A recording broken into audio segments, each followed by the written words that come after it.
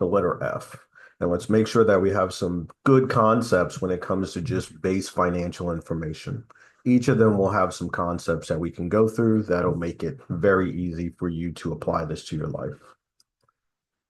So under F, one of the first things that we deal with is establishing financial goals. It's important that you have some type of amount, a time frame, and really an idea of what you want to do in terms of how much money you want to make, when you've made enough, and then how you want to live your life once you have stopped earning money and want your money to start supplying you with more happiness and fun. And so, as a base concept, just having better financial goals gives you more clarity as to what the future may hold. We then move into SMART goals, which are just very specific, measurable, achievable, relevant, and time-bound goals.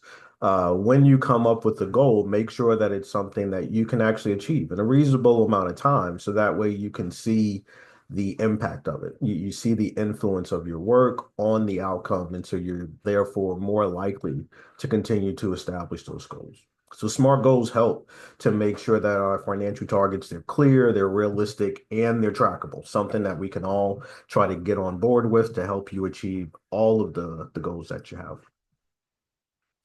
Budgeting is another important concept. It's not really something that's easy, but it's necessary because you really just have to retain some of your earnings. As you make more money, you just have to make sure that one of the things that you're doing is taking care of just the base needs that you have, your expenses and your savings, but to make sure that in terms of what you're earning, that you pay for everything and you retain a certain amount. And that's the purpose of budgeting, not to necessarily save, but to make sure that you have this habit of actually going in and retaining some of the earnings so that way you can do something with it.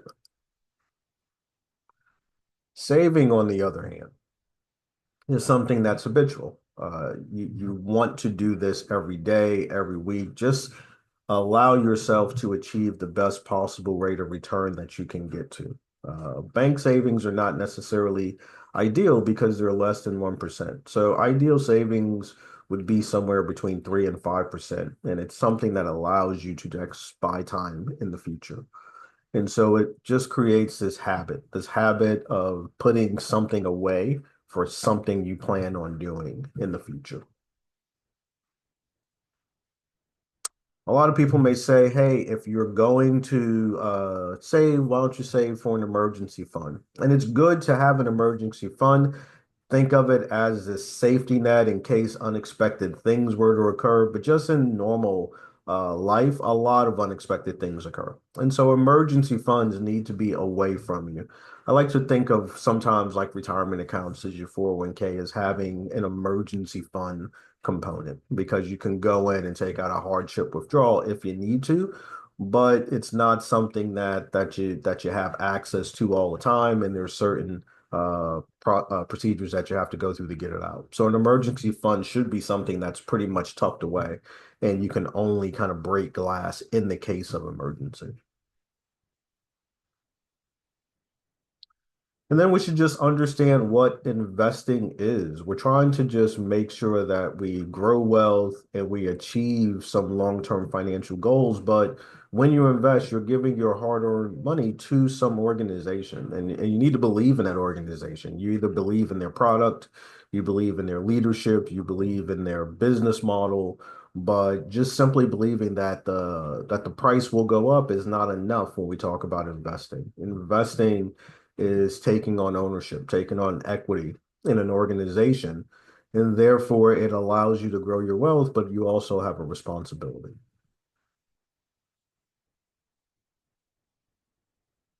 One of the concepts that's important is diversification. It's where you just spread out your investments over more asset classes, so that way you can reduce your risk. But I really like to make sure that people don't over diversify. I often like to give the analogy of you only need one umbrella to go out into the rain. And sometimes, as long as you have at least 50 or 60 stocks in a portfolio, you've reached a true point of diversification where you spread your risk out as much as you possibly can. But just simply adding more securities does not take away any risk. So whether you have 50 stocks or 5,000 stocks, it's not going to protect you more.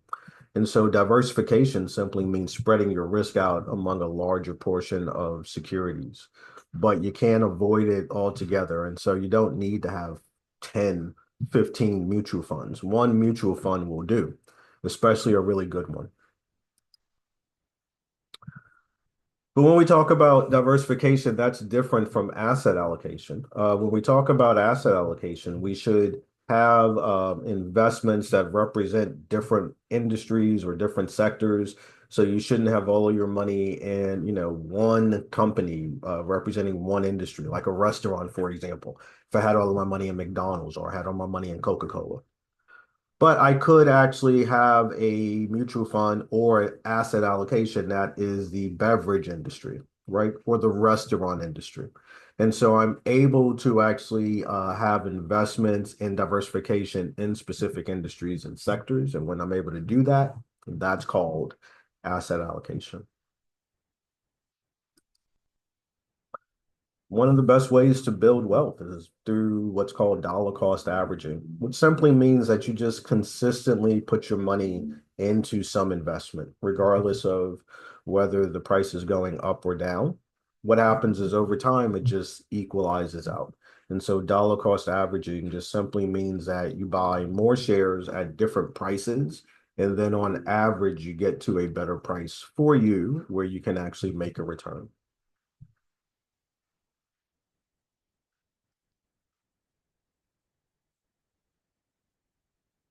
There's also just the very basic concept of financial literacy. It just means understanding personal finance. But sometimes we forget that it's understanding personal finance and economics, right? It empowers you to make financial decisions like, should I buy this or should I save X or should I invest in Y?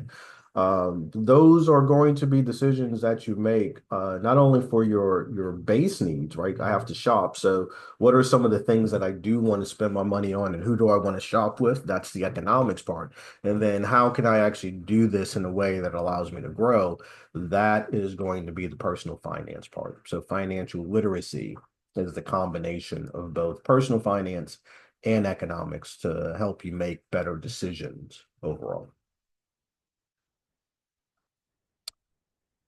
And then there's financial therapy. It's an interesting concept because it deals with the emotional relationship that we have with money, and it helps us develop a better relationship. If we have a negative emotional relationship with money, it makes it very difficult for us to move forward and progress and try to do the things that we want to do to help us out in the longer term. However, with a positive relationship with money, it allows us to feel motivated and encouraged and actually move towards those goals a little bit faster. And so addressing that emotional relationship with money allows us to identify whether it's positive or negative and how we can move forward in the best possible way.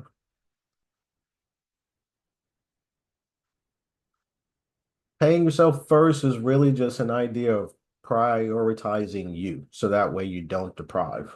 If there are things that you want to do, if there's goals that you want to achieve, if there are objectives in your wealth building that you want to actually solidify, do them before you do that for anybody else.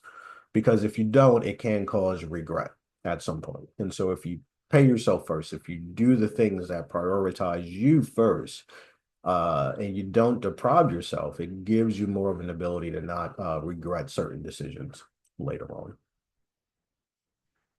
And then just have a really good idea of what you're spending your money on. Like, what are you actually trying to spend your money on? Obviously, there's a lifestyle, paying your bills, but then how do you want to spend the rest of your money? Think of some of the other things that you can do with your money and how it supports your happiness. Be very purposeful in spending your money and conscious of some of the things that are making spending satisfying for you, as opposed to that feeling of it being frustrating or disgusting or creating a certain degree of sadness. And so a conscious level associated with our spending is always helpful.